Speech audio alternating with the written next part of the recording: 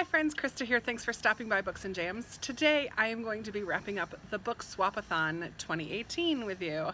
The Bookswapathon was a readathon that happened last week. It was such a wonderful week. I loved hearing people get excited about their TBRs. I watched a couple vlog wrap-ups already and saw some pictures on Instagram and all of that jazz. And it was just such a wonderful week. I started out the week again thinking I'm gonna vlog this time, and I vlogged on Sunday, and that's it. I'm just really bad at it. I think I need to continue with just the day in the life kind of vlogs because it's just a one-day thing. I can just focus on it for one day and that's it. But anyways, I completed 4 books during the Bookswapathon, and those 4 books fulfilled all challenges.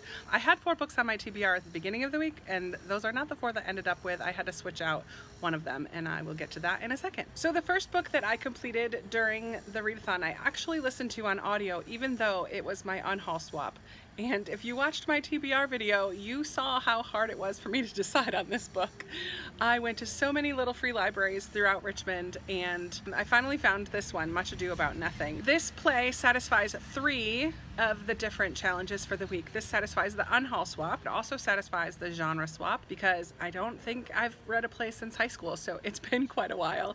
And it also satisfied for me the setting swap because I listened to it in the car in New York, which I used to do all the time, but it's been over 15 years since I've lived in New York. I can count that, right? As reading in a different setting. Much Ado About Nothing is a play by William Shakespeare, and it's a lot of fun. It's literally what the title says, Much Ado About Nothing. So in this play, we have some miscommunication that ends up with some trickery and a lot of fun. I'm actually really glad that I listened to it because even listening to it, there were quite a bit of things that I didn't understand. The language, of course, is so different. It's Old English, and I think had I been reading it, it would have been really difficult to really fully grasp what was going on. I have seen movie adaptations of it, and I think that also helped me with comprehension because, yeah, it just was a little difficult at times, even listening to it. But the thing that I liked about listening to it is it did have a full cast of characters, which really just made it such an enjoyable read. Also in the car on my drive back to Virginia, I listened to nonfiction, The Simple Faith of Fred Rogers. It was a short audiobook, I think about 4 hours, which is what I needed to be able to finish by the time I got back to my house. I really enjoyed this one. Oh, this also satisfies the SWAP, the cover swap challenge. Those 4 letters are on the cover of this one. This nonfiction just really was a sweet read. I loved Mr. Rogers when I was little, and I just think that he was a really great person, and his work with children's television was groundbreaking in a way, and he just had so much kindness and love. And so this book focused on his spiritual life as well. The author and him had a correspondence friendship. They had met a few times in person, but really their relationship was based on these letters that they wrote back and forth, but they prayed for each other and really shared details of their lives, not at all in a romantic way, just kind of caring for each other, and had a relatively deep friendship for just writing letters. But it was back in the day when people wrote letters a lot more often than they do now anyways. I didn't question the author's understanding of who Fred Rogers was. I didn't enjoy the metaphor that she dragged all the way through the story. The framework for the whole book was based on this metaphor of toast sticks, which is a story that she told near the beginning, and then it had some deeper meaning, and so she carried on this theme of toast sticks, which was, first of all, such an awkward thing to say, and so then to hear it being said over and over throughout the audiobook was a little irritating, to say the least. I did really just enjoy learning more about Fred Rogers, and I thought it was an enjoyable read. I'm glad that I read that one. Third book that I read was my buddy swap book. So this fulfilled the first challenge, and this is one of the books that was sent to me by my buddy, Katie. She sent me Every Note Played by Lisa Genova, and I wanted this book because I heard it was going to make me cry, and it did. Lisa Genova is a neuroscientist, and so in all of her novels she deals with some kind of brain disease or injury or situations. In this one we deal with ALS, or Lou Gehrig's disease. That was really difficult to read about how this disease affects people. I do personally know somebody. There was a family in my church in Massachusetts who walked through this. The husband had ALS, and we kind of all saw, to a degree, the quick progression of kind of losing ability to move muscles even, and just your body absolutely shuts down, but your mind is still fully active. And so just how devastating that must be to all of a sudden not be able to use your body the way that it's created to be moved. In this one, the main character who ends up getting ALS is a concert pianist. Both he and his ex-wife are fabulous musicians, both pianists.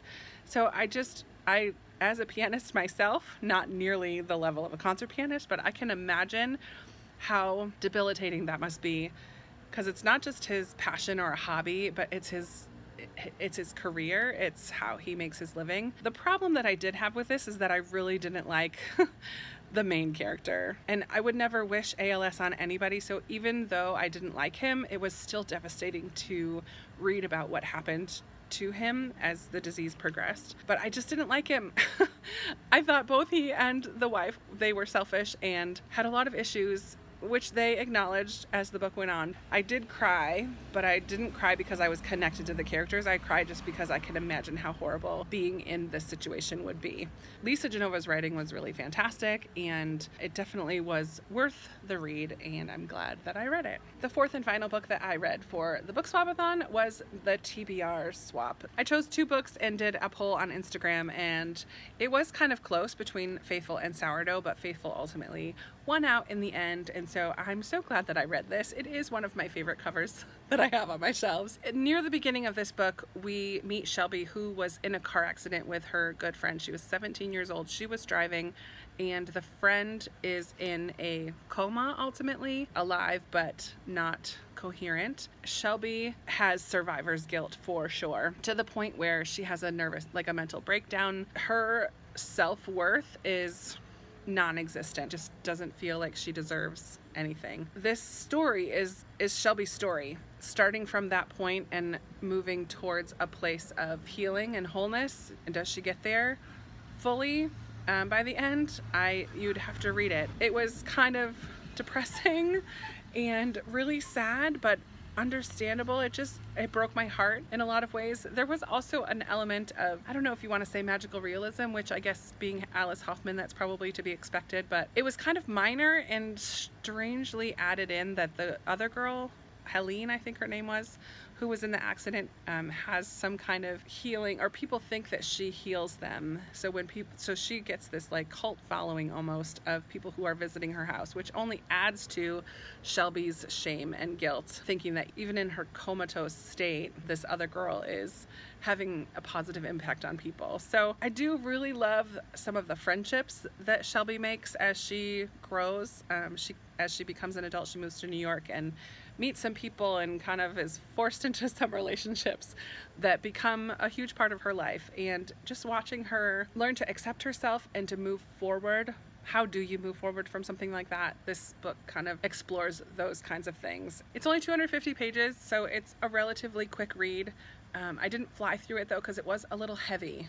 It was a little heavy, but it was definitely worth the read as well. So those are the 4 books. I have 3 of them here. It's getting really hot. I need to go inside.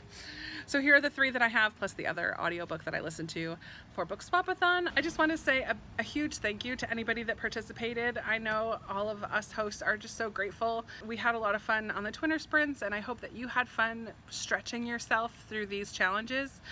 I think that's one of the most fun parts for me, is that because of the way we make the reading challenges, it forces us in a way to read things that might not have been next on our TBR. So I hope that you had fun with it. If you did not join in this year, I do hope that you join in next year. We would love to have you. I'm sure we'll be doing it again. I hope that we'll be doing it again anyways. That's gonna be it for me today. I would love to chat with you down in the comments and any of your thoughts about these, or if you participated in the Bookswapathon, what was one of your favorite books from the week? And I'll be talking to you in another video soon. Bye.